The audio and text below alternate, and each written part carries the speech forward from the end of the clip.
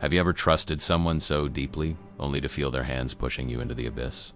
Eleanor Hayes believed in the cause of freedom. She rode through the mountains under the pale dawn, carrying messages that could change the course of the Patriot struggle. She believed the men beside her were allies, brothers in the same sacred fight for dignity and independence. But on that narrow trail, surrounded by silence and mist, betrayal struck like a blade to the soul. One shove, and the loyal messenger of liberty fell into the cold darkness below. The British called it strategy, the Patriots called it treason.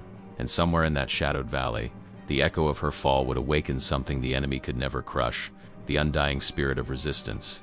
Because freedom, once lit, refuses to die. Welcome back, Patriots. If you believe in courage, sacrifice, and the price of dignity, you're in the right place. Are you already subscribed? Then hit that like button so the fire of freedom keeps burning. All right then, now we can begin. The wind carried the laughter of her betrayers long after the fall. Their voices echoed above the cliffs, mocking the promise they had broken, erasing their tracks with the calm certainty of men who thought justice would never reach them. The mountains swallowed their sound, leaving only silence and the taste of dust and iron in the air. Eleanor Hayes lay broken among the rocks, her breath shallow, her body torn by the fall. The world around her spun, in a blur of pain and disbelief. Blood seeped through her torn coat, staining the soil she had sworn to protect. For a moment she wished the night would take her completely, but death did not come. Only the truth did, heavy and merciless. The wound that burned deepest was not in her flesh, but in her soul. She had not been struck by an enemy's bullet, but by the betrayal of supposed patriots.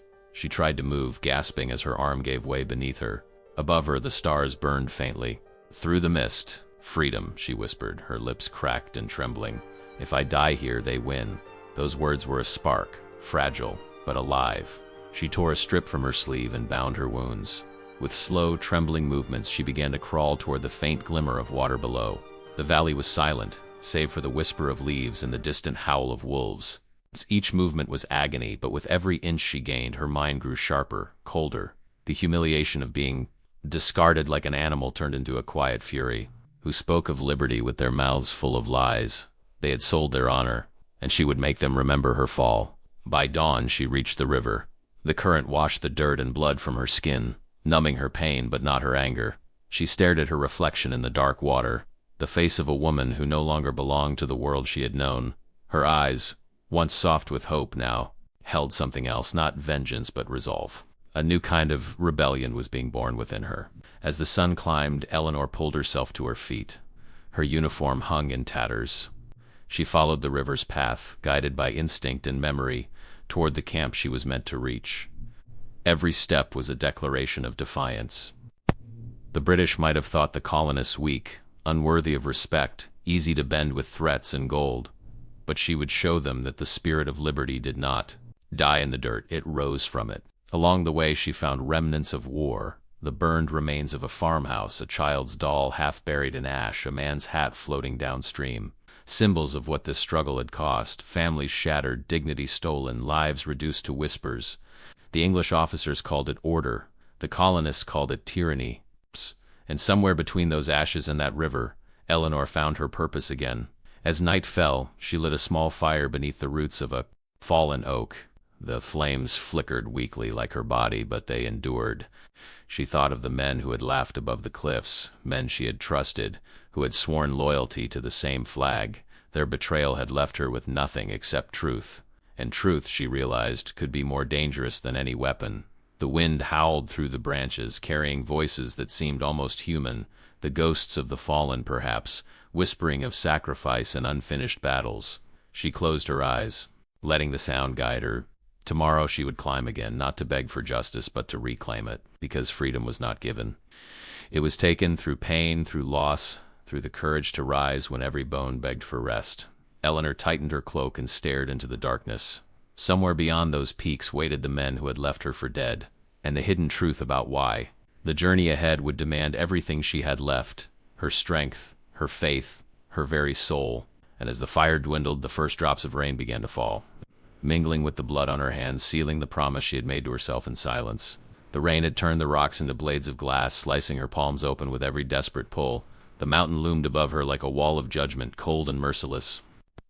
Eleanor Hayes looked up through the storm, her vision blurred, her breath ragged. The fall had shattered one arm and torn her body, but her spirit, the last thing they could not kill, clung to the cliffside.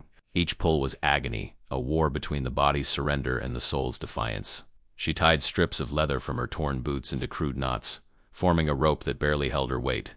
The wind screamed around her, carrying the ghosts of soldiers and farmers who had died, whispering the same word she now carried on her tongue: liberty. Her broken arm dangled uselessly against the stone, but she refused to yield. Blood streamed down her wrist. Mixing with the rain and dirt, she remembered faces, men and women who had fed her, prayed for her, believed that independence was worth every wound. The memory of them pushed her upward. The mountain mocked her with its silence, but she answered with a groan that was half pain, half prayer. "You will not bury me," she murmured, her voice trembling. "Not today." Above, thunder cracked like a cannon.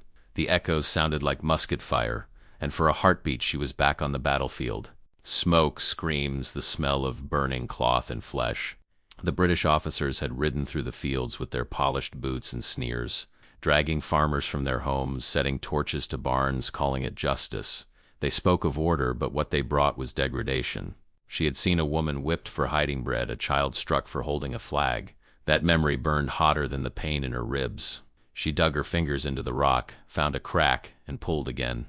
The leather ropes stretched, creaked, held.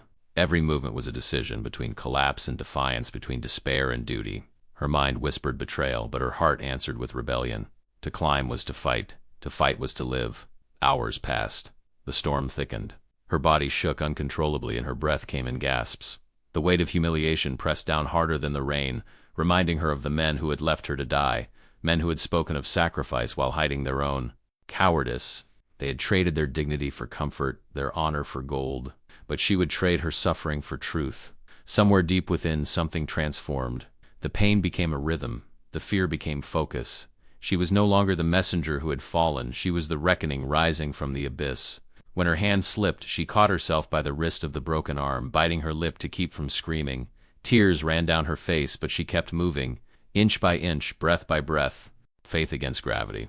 The top seemed impossibly far, a black line against the storm. But then, a flicker of light. A lantern. The traders were still there, resting near the horses, laughing under the rain. Their voices drifted down, soaked in arrogance. "Poor girl," one said. "A shame she had to fall. But better her than us." Another answered with a laugh that cut through her like a blade. That sound was her final push. Rage, pure and clean, burned away the weakness. She reached higher, ignoring the torn muscles, the splintered bone. She thought of every colonist humiliated under the British heel, every prayer drowned in blood. She was not climbing only for herself. She climbed for them, for the nameless, for the forgotten, for the broken who still believed. At last her hand reached the edge. Mud and stone crumbled beneath her nails, but she didn't let go. With a cry that tore from her chest like thunder, she dragged her body over the ledge and collapsed onto the cold ground. Rain pounded her face. She lay still for a moment, feeling the pulse of the earth, the bitter taste of survival. The lantern light flickered a few paces away. The men were huddled under a tree, unaware of the shadow crawling toward them. Eleanor's eyes narrowed.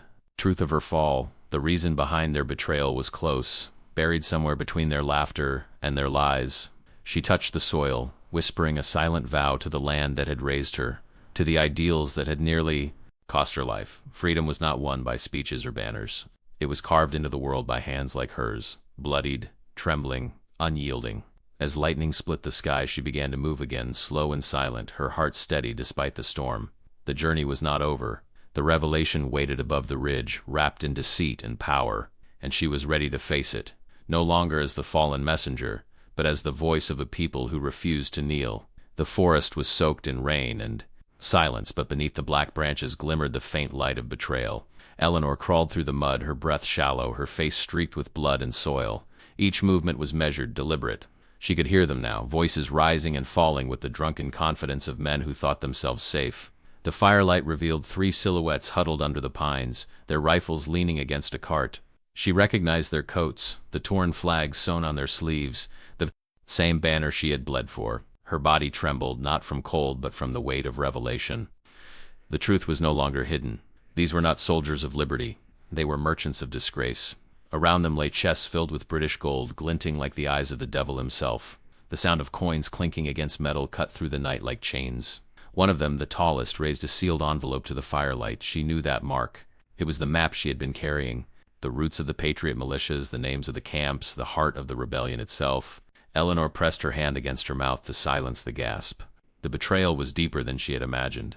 This was not just a personal wound. It was a dagger aimed at the struggle for independence. Those documents, if delivered, would condemn hundreds. Farmers who had left their fields, women who had fed soldiers with their last loaf, children who had carried powder through the woods. It was the death of dignity itself. The men laughed as they counted the gold. "The British pay well for freedom's corpse," one sneered, tossing a coin into the air. Another replied, "A patriot's honor is cheap when hunger bites." They spoke without remorse, their words dripping with contempt. The one who had pushed her over the cliff, Captain Rourke, lifted his flask and said, "To liberty, may it die quietly." The others roared with laughter. Eleanor's fingers dug into the wet ground. Rage rose within her like a tide, fierce and pure. The image of every burned village, every hanged farmer, every weeping widow flashed before her eyes. This was the face of betrayal, not wearing red, but the same tattered brown as her own. She crawled closer, silent as the storm. Her broken arm throbbed, but she did not stop. Every inch brought her nearer to truth, to vengeance, to redemption. A spark from the fire snapped, and for a heartbeat she saw her reflection in a puddle, pale, fierce, unrecognizable. Something inside her had changed forever. She was no longer merely surviving. She was becoming something else. The humiliation of the fall had transformed into purpose. She had crossed the line between victim and warrior. The men's laughter faded into murmurs. Rourke leaned closer to the fire, opening the envelope with care. "Tomorrow at dawn we ride north," he said. "The British colonel waits in Blackridge Pass. Once they have the papers, this rebellion ends." He smiled, satisfied. "And we'll be rich men in London." Eleanor's jaw tightened. Blackridge Pass. That was where the main column of patriots would march within 2 days. The betrayal was timed perfectly, a trap forged by greed and sealed in cowardice. She had to act, even if it meant her life. But she was weak, her body nearly broken. One mistake, one sound, and it would all end here. She waited, counting their movements. The rain had softened the ground, muffling her crawl. When one of the men moved away to relieve himself, she reached the edge of the camp. A knife glinted near a saddle, hers, the same blade they had taken after the fall. She wrapped her fingers around the handle, feeling its familiar weight. It was more than steel now. It was judgment. She crouched behind a tree, heart pounding. The firelight flickered on their faces, greedy, tired, drunk with betrayal. She could almost hear the whispers of every fallen patriot urging her forward. Her breath came steady now. The pain was still there, but it longer controlled her. It guided her. One of the men turned, scanning the woods. For a moment she thought he had seen her, but his gaze slid past, unfocused. He muttered something about spirits in the rain and laughed nervously. The others ignored him. Eleanor waited until their laughter returned, until their guard slipped again. Then, like a shadow born of vengeance, she moved. Each step was a decision. Each heartbeat a reminder of what was at stake. Not just her life, but the soul of a nation struggling to stand. The rebellion lived in people like her. The forgotten, the wounded, the ones too stubborn to surrender. As she drew closer, she saw more than the gold and the maps. She saw what betrayal truly looked like. Men who had traded their country for comfort, who believed liberty could be sold and honor could be bought. And in that instant she understood her purpose. The fire cracked, casting light across her face as she prepared to strike. The storm quieted for a breath, as if the heavens themselves waited. The journey had brought her from despair to defiance, from disgrace to awakening. Her grip tightened around the blade. The time for decisions had come, and somewhere beyond the trees the dawn was beginning to rise. Pale, uncertain, and waiting to witness what she would become. She counted their breaths, the way a dozing sentry's chin dipped, the rhythm of boots near the wagon, the lazy flicker of a fuse string left coiled beside a damp barrel. Eleanor marked it all, carving the pattern into her mind as if the bark itself were her ledger. She tasted metal, smoke, rain, rage. A vow formed and hardened. The dawn would not find these men alive to sell a nation's soul. She studied the powder first. 2 barrels near the main fire, drying after the storm. Careless, greedy. A spark would turn their camp into thunder. Another keg sat half-hidden under a tarp, guarded by a soldier whose eyelids fought sleep. She watched his hand drift from the musket. She watched the flask rise, fall, rise. Betrayal always made men sloppy. Gold had dulled their nerves and blunted their caution. She moved like a rumor, low, patient, every inch purchased with pain. The broken arm hung close to her ribs, bound tight with leather. The good hand carried the knife and a scrap of oiled cloth she'd kept for Flint. Not much. Enough. She slipped behind a stump and listened. Rourke's voice cut through the hiss of rain, amused and cruel. He told a story of a farmer, beaten for hiding grain, and they laughed at the man's cries. The sound poisoned the air. Dignity meant nothing to them now, only coin and comfort. Her resolve sharpened. Independence had a cost. Tonight she would pay it with blade and fire. She slid to the wagon's shadow and felt for the rope that bound a crate.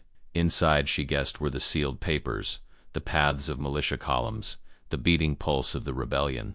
She pressed her forehead to the wood for a breath and remembered the people those lines represented: a mother who boiled nettles to feed her children, a gray-bearded preacher who shared scripture and powder in the same whisper, boys in patched coats learning to load a musket with frozen fingers. Not marks on a page. Lives. Futures. The hidden truth behind every map. Each road carried a heartbeat. A guard coughed. She froze. His boots scraped toward her. She lay flat in the mud, eyes open, pulse steady. He drew closer, muttering about the rain. His shadow crossed her face. Then he turned, bored, and wandered back to the glow. One decision, one spared heartbeat. She exhaled, slow as smoke. She crept to the first barrel. The wood was swollen, the lid warped. She wedged the knife under the rim and lifted. The faint scent of powder rose, bitter and electric. Careless sparks from the fire drifted and died in the rain. Not reliable. She needed certainty. She tore a strip from her cloak, rubbed it with oil, wrapped it around a twig. A poor man's fuse. She set it aside, then crawled to the second keg, nearer the wagon and the sleeping trader with the drooping head. His fingers twitched in a dream. She watched the twitch and matched the timing of her reach to it, moving when his hand moved, still when it stilled. The dance of survival. Across the camp, Rourke spread the stolen documents on his knee, bragging about the British colonel's promise. Titles, land, fine coats. He spoke like a lord already, savoring each insult he'd soon deliver to those he once called brothers. Eleanor felt something shift inside her. Not fury, not grief, but a colder transformation. Betrayal had scorched the softness out of her. What remained was iron. She slid behind the cart and found the third barrel under the tarp. Dry. Perfect. She wrapped the oiled cloth around another twig, placed both fuses where the fire's edge could lick them, but where the wind wouldn't snuff them. Then she crawled toward the saddles. Her knife found the straps. A single cut each. Not enough to be seen, enough to break when a rider lunged. Men die when leather fails. A whisper of movement. She froze again. The nervous guard had returned, scratching at his neck, peering into the trees. Thought I saw something, he muttered. Rourke laughed and tossed him a coin. By a spine. The guard flushed, humiliated and small. Eleanor saw it, the insult, the shame, and felt a flicker of pity. It vanished. He held a musket over a people's hope. He had chosen. She edged to the fires. Leeward sighed, feeding it carefully with dry slivers she drew from her boot lining. Tiny flames gathered, sheltered by her body. She touched the first fuse to the ember and watched it bite, glow, travel. Then the second. The rain fought back. The fire persisted. A quiet miracle of defiance. She withdrew into the dark. The guards laughed again. One rose, kicked at the dog sleeping by the cart, and the animal whimpered. Another insult to add to the ledger. The wick crawled toward powder. Eleanor gripped the knife so tight her knuckles numbed. Her breath slowed. She counted. 3 heartbeats. 6. 10. The first blast split the night like a cannon at close range. Fire leapt. Shouts tore the air. The nearest man flew backward, thrown by the blast, his hat spinning into the branches. Sparks rained across wet leaves, hissing and dying, but enough survived to find the second fuse. Rourke shouted orders, grabbing for his horse. The saddle strap snapped under his weight. He crashed hard, cursing, rolling as the second barrel thundered. The wagon rocked. The papers scattered like wounded birds, some igniting at the edges, some skittering into the mud. Eleanor didn't rush the chaos. She flowed through it, a shadow with purpose. She reached the fallen guard first. He clawed for his musket. She smashed his wrist with the knife hilt and pressed steel to his throat. His eyes widened. He tried to beg. The blade flashed once. Silence. Another man charged, blinded by smoke, swinging a club. She slid aside and cut deep across the back of his knee. He collapsed, screaming, then choked when she drove his face into the mud. She didn't watch him die. There was no time for ceremony. Sacrifice left no room for spectacle. Rourke rose with a pistol and a snarl. "Ghost," he spat. "I knew the mountain didn't take you," he fired. The ball tore bark from the tree by her cheek. She stepped out of the smoke, eyes steady. He faltered. For a heartbeat he saw what she had become. The stubborn, soul of a people who refuse degradation. He fired again. She moved with the wind and was already inside his reach. The knife kissed his forearm, the pistol fell. His blood ran dark. He backed toward the scattered maps, kicking at the burning edges, panicked, torn between saving himself and saving the bargain that would crown him a gentleman in some London parlor. "Look at what you traded," she said, voice low. "Look at what you mocked." She pointed with the blade to the papers curling in flame, to the man drowning in mud, to the gold that now glittered uselessly under the firelight. "This is your inheritance," he lunged, desperate. She let him come. Their bodies slammed together, pain exploding through her broken ribs. They grappled, slipping, cursing, breath hot with smoke. He struck her wounded arm and she saw stars, but she answered with her forehead to his mouth. Teeth cracked. He reeled. She drove the knife toward his heart. He twisted and the blade cut ribs, then stuck. He howled, staggered, tore away, clutching his side. Not dead, not yet. Horses shrieked, half mad with panic. A saddle split and a mount bolted into the dark, dragging a man by the boot until the strap snapped with a wet sound. Sparks drifted across the wagon canvas, threatening to set it alight. Eleanor dove to the scattered maps, stomping out the smallest flames with her heel, snatching 2 pages from the mud. The roots were smeared but legible. The hidden truth remained. Blackridge Pass, dawn. A noose waiting for the militias who trusted the road. Rourke saw her take the pages and charged again, grabbing a fallen musket by the barrel. He swung. She ducked late and the stock grazed her skull. Light fractured. She dropped to a knee, vision swimming. He raised the musket for the finishing blow, triumph twisting his ruined mouth. Then the third barrel answered her prayer. A concussive roar. Fire rolled through the camp and flung them apart. She tumbled, coughing, clutching the papers. Against her chest, ears ringing. When the world steadied, only embers moved. 2 bodies lay still. The guard with the coin would never spend it. The man with the ruined knee was silent, face turned to rain. Rourke wasn't among them. Eleanor forced herself up, swaying. Smoke curled around her, bitter and sweet. She bound the papers in cloth and tucked them under her coat. Her head throbbed. Her arm burned. Yet the cadence of her heart was clear. This was not the end. It was a turning. From the edge of the trees came the snapping of twigs and the quick, ragged draw of a wounded man. Rourke, slipping away into darkness, dragging greed and hatred like chains. She wiped blood from her eyes and listened to the forest choose sides. Somewhere to the east, beyond the ridges, farmers were hitching oxen by lantern light. Children slept beside empty larders. Old men whispered oaths they had taught their sons. Independence breathed in those quiet places. It asked her for one more decision. She tightened the leather around her ribs, gathered what powder she could salvage, and stepped toward the sound, toward the path that would lead from these ashes to the pass, from vengeance to warning, from revelation to a choice no one could make for her. The storm had broken, but the night had not. Above the black line of pines, a pale seam of sky hinted at morning, and with it, a debt still unpaid. The forest closed around her like a hood, muffling breath and footstep, feeding her the old instincts her father had hammered into her with flint, smoke, and winter drills. Eleanor slid along the wet earth until the sentry's silhouette filled the gap between 2 firs. He stood with the laziness of a man who believed the world feared his coat, tapping ash from a cigarette onto roots he'd never planted. The muzzle of his musket drooped. He yawned, bored, careless, certain of morning. She let the reins swallow her approach.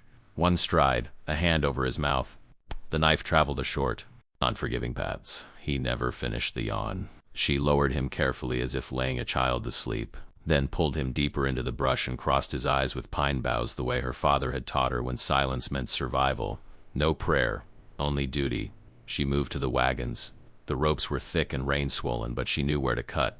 A single slice high at the cinch, another at the rear latch. Leather gave with a soft complaint. A jolt would do the rest when panic hit. She left the ends draped to look intact. Near the wheel ruts she found a trickle of powder clinging to the rim of a keg. She kissed 2 fingers to the damp earth and drew a thin black line from barrel to brush, careful to keep it hungry but not greedy. Too much and the storm would choke it. Too little and it would die. Balance. Her father's voice again. Powder is a temper. Treat it like a proud horse. Don't pull. Guide. She guided. The camp muttered in sleep. Drunks snored beneath a torn canvas. Boots still on. A gold coin stamped to his cheek. Another lay with an officer's sash for a pillow, dreaming of titles in a city that had never heard his name. These were the men who had sold maps of farmers' roads. Men who would call a widow's tears the price of order. Eleanor felt the humiliation of it like a coal placed on the tongue. She swallowed it and turned it into motion. She set the first snare at ankle height where the path narrowed. A loop of bridle cord. a peg bored into wet soil, a weight hidden in ferns. When the rope tightened, it would jerk a man down hard, and the ground would do what blades often failed to finish. She planted another near the horse line, tethering it to a cracked branch that would whip free and strike nose and eye when tugged. Horses panic, saddles split. Chaos begins with a gasp. Her father again, on a gray ridge with snow in his beard. "You don't need to be stronger, Ellie. Make the world do the lifting." She crawled to the cart with the sealed chest. The lock was new brass, smug with its shine. She didn't fight it. She smeared mud over the keyhole, pressed a twig inside to wedge grit where metal needed clean teeth, then left it looking untouched. When a shaking hand tried to open it fast, it would jam and invite a hammer. Hammers make noise. Noise brings judgment. Around the wheel she packed a roll of powder and tucked a shard of flint beneath, held by a sliver of leather. One turn, one spark, one lesson. A cough drifted from the far edge of the camp. She stilled. The cough came again, followed by a wet curse and a spit. Not Rourke. Another traitor. She slid low, counting tree trunks, measuring the gap between pools of firelight. A shadow shifted. She smelled tobacco and cheap rum. The man stood with his back to her, shivering. She watched the tremor in his shoulders, the small human fear under the big stolen coat. She thought of sparing him and remembered a barn in cinders, a girl's rag doll crushed into ash, a farmer forced to kneel while a polished boot pressed his neck. Mercy must serve something larger than pity. She rose just enough to catch the pulse behind his jaw and pinched hard, the knife's edge ready. He slumped without a word. She tied his wrists with the sash stolen from his dreams and gagged him with his pride. Now the powder. She drew a second line from the nearest keg to the damp ring of kindling beside the fire pit, feeding sparks with the match-head scrap she'd saved from a tailor's shop months ago. The tiny heads hissed under rain but held a glow when she cupped them in both hands, her broken arms screaming with the effort. She nurtured the ember as if it were an infant, then laid it on a curl of birch. The curl licked, caught, shared its breath with the black line. A soft amber worm began to crawl. She didn't wait for thunder. She made it. One shove to a spooked mare. One cut to a second strap. Leather popped. Hooves lashed. A rack tumbled. Men shouted awake, grabbing at reins that no longer obeyed. The ember tasted powder. It leapt, quick and greedy. A barrel thumped as gas built inside wet seams. Eleanor slipped sideways, a ghost in a coat of mud, touching each snare as she passed to be sure the knots were true. A man bolted into the narrow path. The bridle loop snapped his ankle clean and the peg dragged him down. His breath left him in a high animal squeal. Another lunged to help and caught the whipping branch across the face. He reeled, blind and bleeding, and slammed. Into the wagon wheel flint kissed wood. The wheel bit spark, the spark kissed powder. The barrel answered with a deep, angry cough that knocked the sashes from their hooks and flattened the fire's brag. Rourke came out of the smoke, pistol drawn, eyes wild, mouth full of promises he'd never keep. He fired at shadows and hit the coin-faced drunk instead. Men cursed his name. The horses tore free and dragged one of their own into the trees. Bridle twisted to bone, the humiliation of arrogance, paid back in hoofs. Eleanor stayed outside the circle of panic, a patient orbit striking when backs turned. A cut tendon, a crushed wrist, a heel stomped onto a throat, opening a plea. She did not waste breath on words. Judgment doesn't argue. In a lull, she slipped to the chest, scooped a handful of papers that had fallen when Rourke stumbled earlier, and tucked them under her coat with the others she'd saved. Names smeared, but still legible. Positions, roots, the hidden truth of a people's heartbeat written in ink that had not yet dried from the sacrifice of couriers. She pressed the bundle to her ribs. Pain flashed. She welcomed it. Pain meant she was still on the journey that mattered. A British officer's laugh drifted up from memory. A banquet. A toast to taming the frontier, silver flashing while children scraped plates cold. Wealthy merchants clapped, powdered wigs bobbing like fat doves. They had built their pride on the backs of men who owned only soil and faith. She almost saw them here, ghosting through the smoke, toasting the sail of a rebellion by men who spoke like patriots and bowed like servants. The shame of it made her steadier. Another blast rolled the night, not her fuse. Someone had kicked a lantern into the powder trace near the horses. Flames leapt, hungry for hair and hay. Eleanor stepped into the confusion and met a traitor's charge shoulder first. They crashed into a tent pole, canvas collapsing over them like a wet shroud. He clawed at her face. She jammed the knife up and under, short and final, warmth spilled. She wriggled free and rose into a swirl of sparks. Rourke saw her then, truly saw her, as the figure who had climbed out of his grave to deny him a throne of coins. "You can't stop this," he spat, clutching a sword he barely knew how to use. "The colonel waits. The pass is sealed. You'll save nothing." She drew him toward the snares with a feint, then cut, not at his chest, but at honor, the muscles that held his wrist. Steady, he dropped the blade. She kicked it beyond his reach. He stumbled. She let him go long enough to make the decision she needed him to make. Cowards run. He ran into the path. The rope sang. He crashed, howling, leg-trapped, dignity ripped as fast as leather. She stood over him, mud-streaked, breathing like a furnace. He spat blood and curses and bargains. She knelt, set the knife at his throat, and measured the edge between justice and rage. Her father's hand seemed to rest on her, shoulder heavy, anchoring. Decide for the living, not the dead. She eased the blade away a hair's width. Rourke's eyes filled with relief and hatred, a pair that always shares the same bed. You're weak, he hissed. You won't do what must be done. She answered by yanking the knot tighter. Bone groaned. He screamed, I'm doing what must be done. Voices rose beyond the ridge, not from the camp, but from the dark road. Riders. Perhaps the British patrol early for the bargain, perhaps. Desperate farmers drawn by the fire, perhaps both. The decision split the night like lightning. Finish Rourke and the warning might die here. Spare him and his lies might follow. She looked at the papers, at the powder-lit sky, at the trees that had hidden her when the world tried to erase her. Then she cut a length of rope and lashed Rourke to the broken axle, gagged back between his teeth, a signpost of betrayal left for whoever came sniffing. Not mercy. Message. She gathered what cartridges remained, one canteen, a strip of jerky, and the knife she'd owned since childhood. The storm's last threads fell, thin and cold, stitching the night to the first hint of dawn. She turned from the ruin she had sown and angled toward the deer track that led to Blackridge Pass. Each step was a sacrifice, a small death that bought another mile. Behind her, the camp sputtered and groaned. Ahead waited the narrow road where malicious feet would soon drum like rain on bark. Freedom does not ask for ease. It asks for stubborn hearts and clear choices. Eleanor pressed a palm to the bundle under her coat and felt the fragile weight of names. The ridge wind tasted of ash and pine and coming snow. She breathed it in, steady now, and quickened her pace as the hills began to pale, the world holding its breath for what the morning would force her to reveal. The blast rippled through the pines and rolled back on itself, a red bloom against wet trunks, and the camp woke into terror. Men scrambled as if the earth had turned to teeth. They're here, one screamed, tripping over a kettle and scalding his own boots. Another fired into the smoke, hitting nothing but fear. It was no column of patriots. It was one woman, cut open by rock and betrayal, streaked with ash, moving like a mountain's shadow. Eleanor stepped through sparks with the quiet certainty of someone who had already died once and had risen to collect the debt. She kept low, let the smoke be her ally. A figure lunged at where she had been. She wasn't there. He slammed into a pole and brought the canvas down on his head. She ghosted to his exposed wrist and kicked hard. Bone cracked under heel. The club fell. She took it and hurled it into the flames, feeding the rumor that the woods carried 100 hands. Powder hissed under a wagon. She struck the wheel chock, letting the cart roll into a second fire.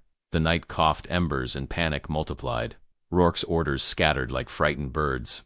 Nobody listened. The humiliated always run louder than the brave. Form ranks, a traitor shouted with a captain's swagger. A burning rope snapped and a horse dragged him into the fern bed, his bright sash snagged like a banner of disgrace. Eleanor crossed behind him, cut the girth of another saddle, and smacked the flank. Hooves exploded in every direction. The noise became a weapon. In confusion, lies sound like truth. In flames, cowards look like soldiers. She whispered the old lessons. Control the ground, break. Their breath make each decision count. Her father's voice in winter woods, stern and kind, guided her hand more surely than sight. The smoke thinned for a heartbeat and she saw faces through the glare. Boys wearing the rags of farmers. Men who had traded dignity for coin. A pair of eyes that had wept at a gallows and dried at a tavern. She felt the people they would have delivered to the noose. Mothers kneeling in ashes. Elders turned out of cabins. Militia boys holding muskets that shook. Independence had no gold to offer them. Only a promise. She set her teeth on that promise and moved again. A pistol flashed near her ear. The shot stole her hearing with a white roar but missed flesh. She dropped flat and dragged herself under a wagon, feeling splinters rake her back. Boots pounded past. She slashed at tendons and rolled out before the body fell. A knife arced toward her throat from the left. She caught the wrist, turned it, and felt the blade land in a softer target. The traitor sagged onto her shoulder, breath sour with rum. She eased him down, not unkindly, then took his powder horn and flint. Sacrifice is more than blood. It is choosing what the living still need. The chest with the maps lay overturned, half buried in mud and ash. The lockjam trick worked. A shaking man hammered it with a bayonet hilt. cursing as sparks flew and accomplished nothing. She rapped his temple with the butt of her knife and let him fold. The lid creaked. She pried it with a hook. She'd bent from a tent peg and salvaged the driest papers she could find, pressing them to her ribs beneath the coat, close to the broken arm. The pain flared white. She thanked it. Pain was a bell. It kept her awake to decisions. Rourke emerged from the chaos with a scorched coat and a face that wanted to be a lord's and could not. He saw the silhouette stumbling in smoke and fired instantly. A traitor behind the shape collapsed with a wet sigh. Rourke didn't look. He only shouted for men who no longer believed him. Betrayal breeds its own hunger. It eats the hand that raised it. He turned and finally locked eyes with her. Recognition, fear, hatred. Which, he spat. The British will skin you alive. She smiled with cracked lips.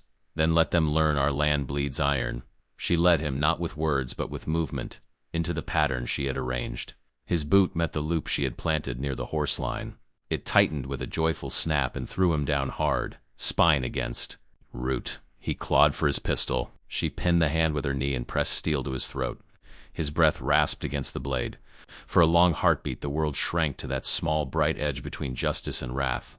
She remembered the farmer kneeling under a polished heel, the child struck for touching a flag, the widow who sold her last kettle to buy powder. She lowered the knife a fraction and ripped the holster from his belt, flinging it into the fire. "You will face what you bought," she said. "You will watch it burn." She tore the gag from his neck and stuffed it hard into his mouth, then yanked the snare rope higher until his eyes watered. She tied him to the axle again, but tighter, a living warning written in rope and mud. Not mercy, judgment postponed for the living's sake. She rose and the camp reeled around her. Two men staggered toward the trees. She let them run. The forest would take its tax. A third crawled, sobbing, hands raised. She kicked his pistol into darkness and left him with his shame. Flames chewed the canvas, sparks climbed. The smell of wet powder and singed hair hung heavy. Fire is democratic. It eats the rich and the poor the same way, but it does not restore the robbed. Only courage could do that. She scanned the ground for what still mattered. A canteen, a handful of cartridges, a coil of rope, a strip of linen for the arm. She found them and moved to the edge of the clearing, where the trees began again and the road to the pass bent north like a question. Beyond the ridge, a dull drumming reached her through the ringing in her ears. Not thunder, hooves, many. The bargain was drawing its buyers. Or a Patriot patrol had caught the glow and ridden to it, or both crowds would collide on the same blood-soaked path. Decisions tightened around her like a noose. She could empty her strength finishing every last traitor and let the message die with her body, or she could leave this ruin speaking for itself and carry the revelation to those who still stood a chance. Liberty is a series of refusals. She refused the easy satisfaction of ending one man when hundreds might be saved. She crouched beside the body of the sentry she had first put to sleep and closed his eyes with 2 fingers. It was not forgiveness. It was a reminder to herself that the rebellion sought transformation, not delight in revenge. Dignity must survive the blaze or the cause is ash. The wind shifted and opened a lane through the smoke. She saw the deer track again, narrow and honest, the kind that farmers cut with their own boots and prayers. She took it. Branches slapped her face. Stones rolled underfoot. Her lungs scraped like bark. The bundle of maps thudded against her ribs, a second heart. She thought of the militia columns marching with bare feet wrapped in rags, boys lifting their chins when aristocrats sneered, elders whispering lines from sermons beside flintlock drills. A nation wasn't born at tables with silver cups. It was built here in night and mud by people who chose to rise when humiliated, to share when hungry, to stand when ordered to kneel. She whispered to the land to lend her its strength 1 more mile. At the last bend she looked back. The camp burned lower, a red wound inside a ring of black trees. Rourke twisted against his bonds and watched his kingdom of disgrace collapse into ember and smoke. The forest threw his muffled curses back at him with the indifference it gives to weak men. A lantern bobbed far down the slope, riders closer now. She turned away and quickened her steps, letting the darkness fold her in again. The ridge sharpened against a sky turning from ink to iron. Cold crept under her coat and set its teeth in the broken arm. She bit back a cry and lengthened her stride. The journey to Blackridge would not allow pauses. Every heartbeat carried a revelation closer to the people who needed it. She pushed into the thinning night, following the thin thread of road that wound toward the pass, where choices would harden and the dawn would ask her to risk the last of her strength for a country still learning its name. The dawn broke pale and cold, spreading its weak light over the shattered ridge. The same ridge where Eleanor had fallen days before now stood before her again, The place of disgrace turned to the stage of reckoning. She reached its edge and saw the valley still scarred by fire. The smoke drifted in ribbons below, the scent of powder clinging to the wind. Her boots left dark prints on the damp soil. The bundle of stolen maps pressed against her ribs like a heartbeat, steady and real. Then a voice rose behind her, deep, confident, venomous. Still alive. Captain Crawford stepped from the fog astride a black horse, his uniform clean despite the ashes on his boots. Saber caught the sunrise like a streak of silver arrogance. Behind him, 2 riders held back, watching, uncertain. He dismounted slowly, deliberate in every motion, as if the mountain itself belonged to him. His face carried the calm of a man who had never known hunger, never bent under orders, never begged for mercy. He smiled the way only a conqueror does, as if pity were beneath him.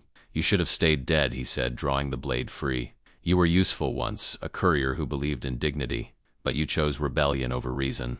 And now look at you." Eleanor faced him, the wind whipping her torn coat, her hair matted with blood and rain.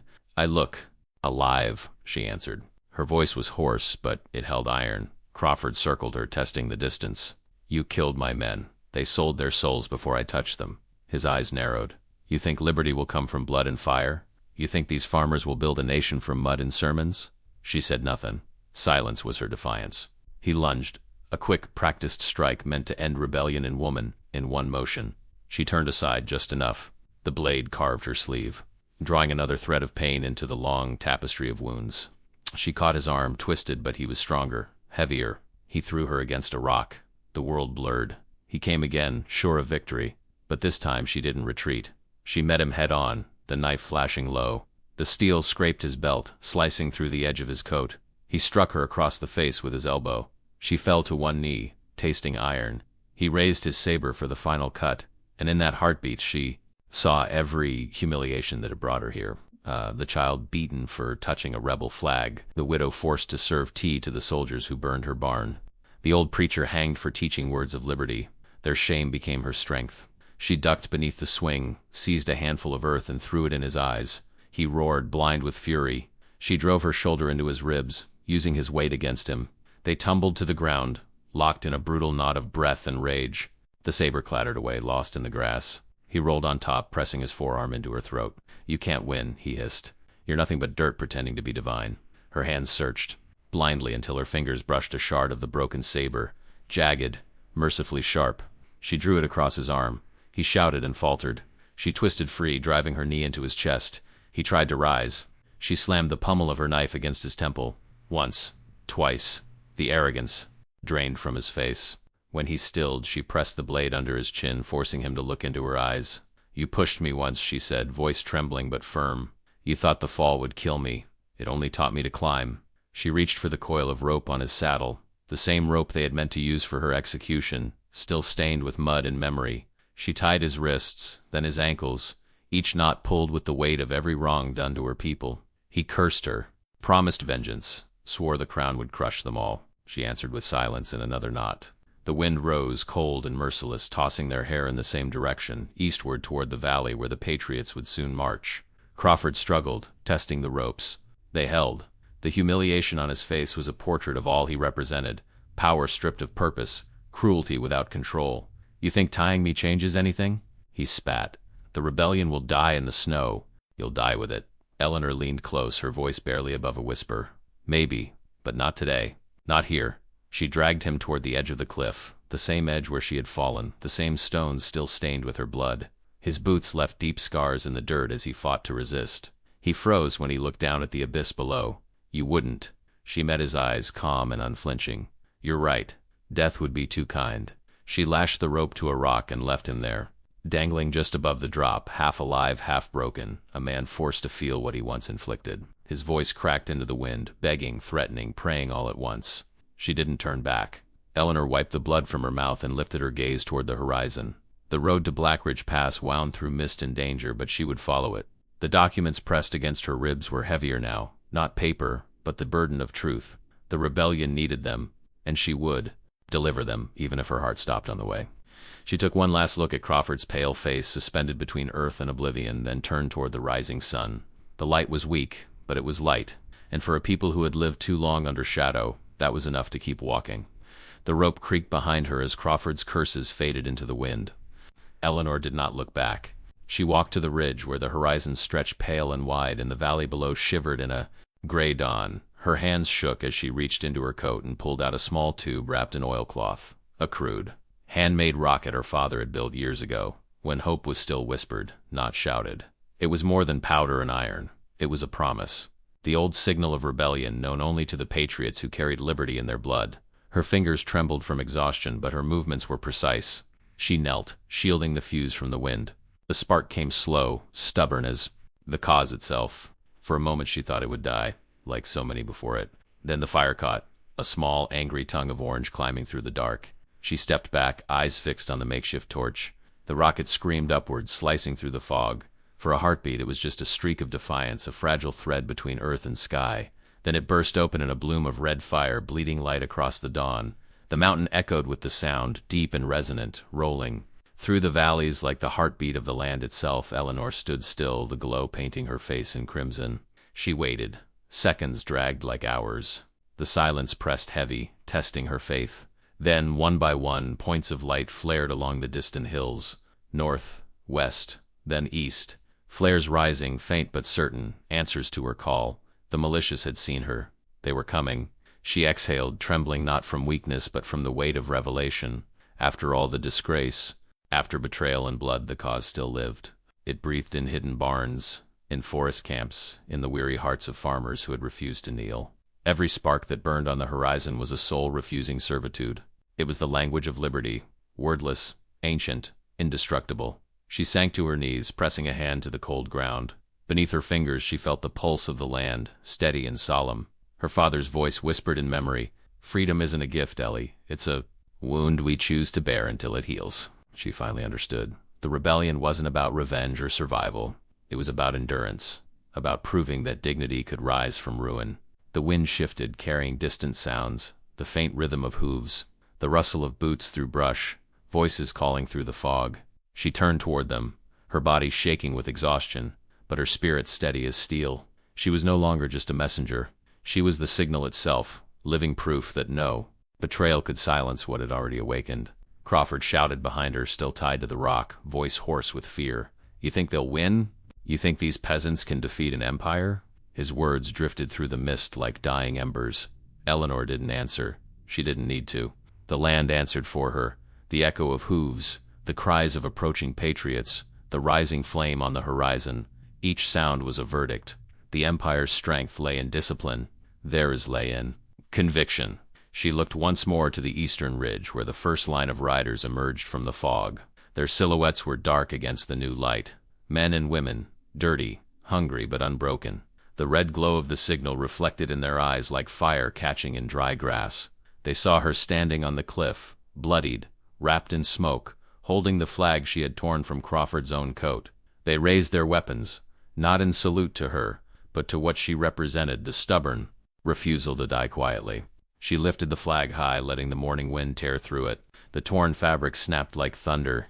Crawford's voice broke into curses again, but his words drowned beneath the rising chant from below, rough, uneven, human. A song of rebellion carried by voices that had never been trained to obey. Tears blurred her sight. She wasn't crying from pain or relief. It was something deeper, the realization that she had become part of something greater than herself. Her struggle, her fall, her climb, her blood, all had been threads in a vast tapestry of sacrifice. The hidden truth was simple. Liberty was never born from perfection. It was born from wounds. The first riders reached the ridge below, saluting with raised fists and torches. Their leader looked up, recognition flashing in his eyes. "Hayes," he shouted, "we saw your light." She smiled faintly, the fatigue in her bones softened by pride. The rebellion lived. Its flame had survived the darkness. She stepped down from the edge toward them, toward the path that would lead to the next battle, the next decision, the next sacrifice. Behind her, the wind tore the last of the smoke away. Crawford hung in silence, facing the rising sun, a prisoner of his own arrogance, left to watch the birth of a liberty he could never understand. Eleanor descended slowly, her body broken, her spirit transformed. Around her, the voices of the patriots grew louder, echoing through the hills like drums calling the dawn to witness. She knew the journey was far from over. The British would strike again, blood would fall again. But for now the mountain had spoken, and its message burned clear in the sky. Rebellion was no longer a secret. It was a fire that no empire could extinguish. The morning broke with a solemn stillness, as if the world itself paused to remember what had been lost. Smoke still curled from the ravaged camp below, winding upward like a final prayer from the dead. The Patriots rode in. Through the gray mist, farmers turned soldiers, their faces marked by hunger, their eyes lit by conviction. They found her standing near the edge of the cliff, the same place where betrayal had once tried to bury her. The rising sun framed her in crimson and gold, her coat torn, her hands still stained with blood and ash. Captain Crawford hung bound beside the broken rock, pale and silent. His arrogance had drained away, replaced by a hollow disbelief that the woman he had tried to destroy now stood victorious above him. Eleanor turned to the riders, her steps unsteady but her spirit unbroken. From within her coat she drew the blood-marked documents, the stolen routes, the names, the hidden truth. She handed them to the militia commander, a gray-haired farmer whose eyes glistened as he took them. "You saved them all," he said. She shook her head. "No, they saved themselves the moment they refused to kneel." Her voice was low but carried with the wind, reaching every man and woman who had gathered to witness.